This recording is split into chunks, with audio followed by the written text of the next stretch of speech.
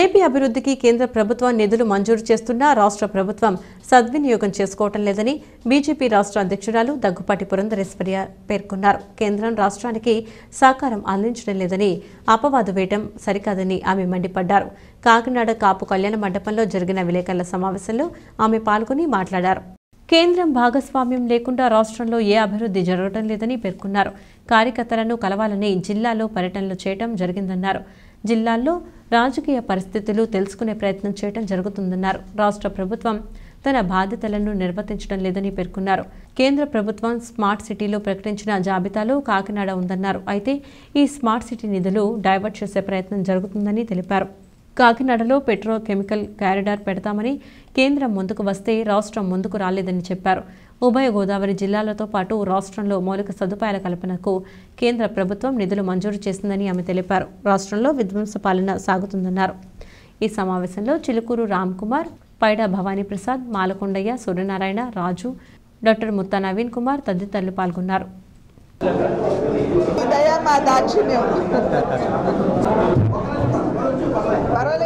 నమస్తే. కలవాలి, అక్కడ వారి మనోభావాలు అర్థం చేసుకోవాలి.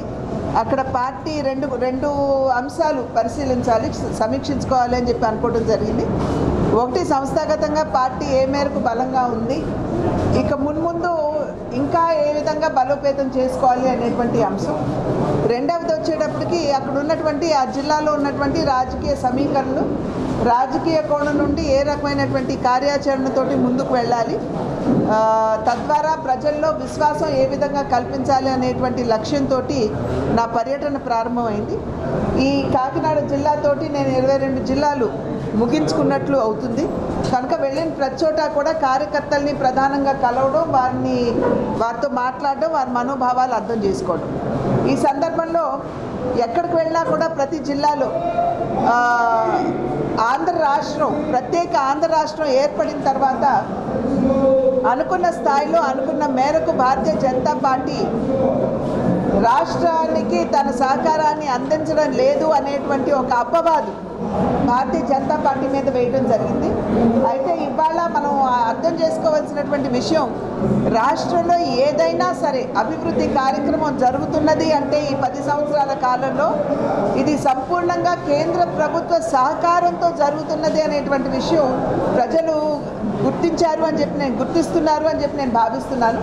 ఎందుకంటే ప్రతి ఒక్క కార్యక్రమంలో కూడా సింహభాగం కేంద్ర ప్రభుత్వం యొక్క భాగస్వామ్యం ఉన్నటువంటి సందర్భంలో ప్రతి ఒక్క అభివృద్ధి కార్యక్రమానికి కూడా కేంద్ర ప్రభుత్వం సహకారం ఉన్నది. ఆ సహకారం లేకపోతే రాష్ట్ర ప్రభుత్వాలు బహుశా ఈ మేరకు అభివృద్ధి చేసుండరేమో అనేటువంటి విశ్వాసం కూడా భారతీయ జనతా పార్టీకి ఉన్నది. ఆ సందర్భంలోనే కేవలం ఆంధ్ర రాష్ట్రానికి కాదు, నేను వెళ్ళిన ప్రతి జిల్లాలో కూడా ఆ జిల్లాలో ఏ మేరకు కేంద్ర ప్రభుత్వం తన సహకారాన్ని అందించింది అని అక్కడ ఉన్నటువంటి ఆ జిల్లాలో ఉన్నటువంటి పాత్రికేయ మిత్రుల ద్వారా అక్కడ ఉన్నటువంటి ప్రజలకి తెలియజేసే ప్రయత్నం అయితే మేము చేస్తున్నాం.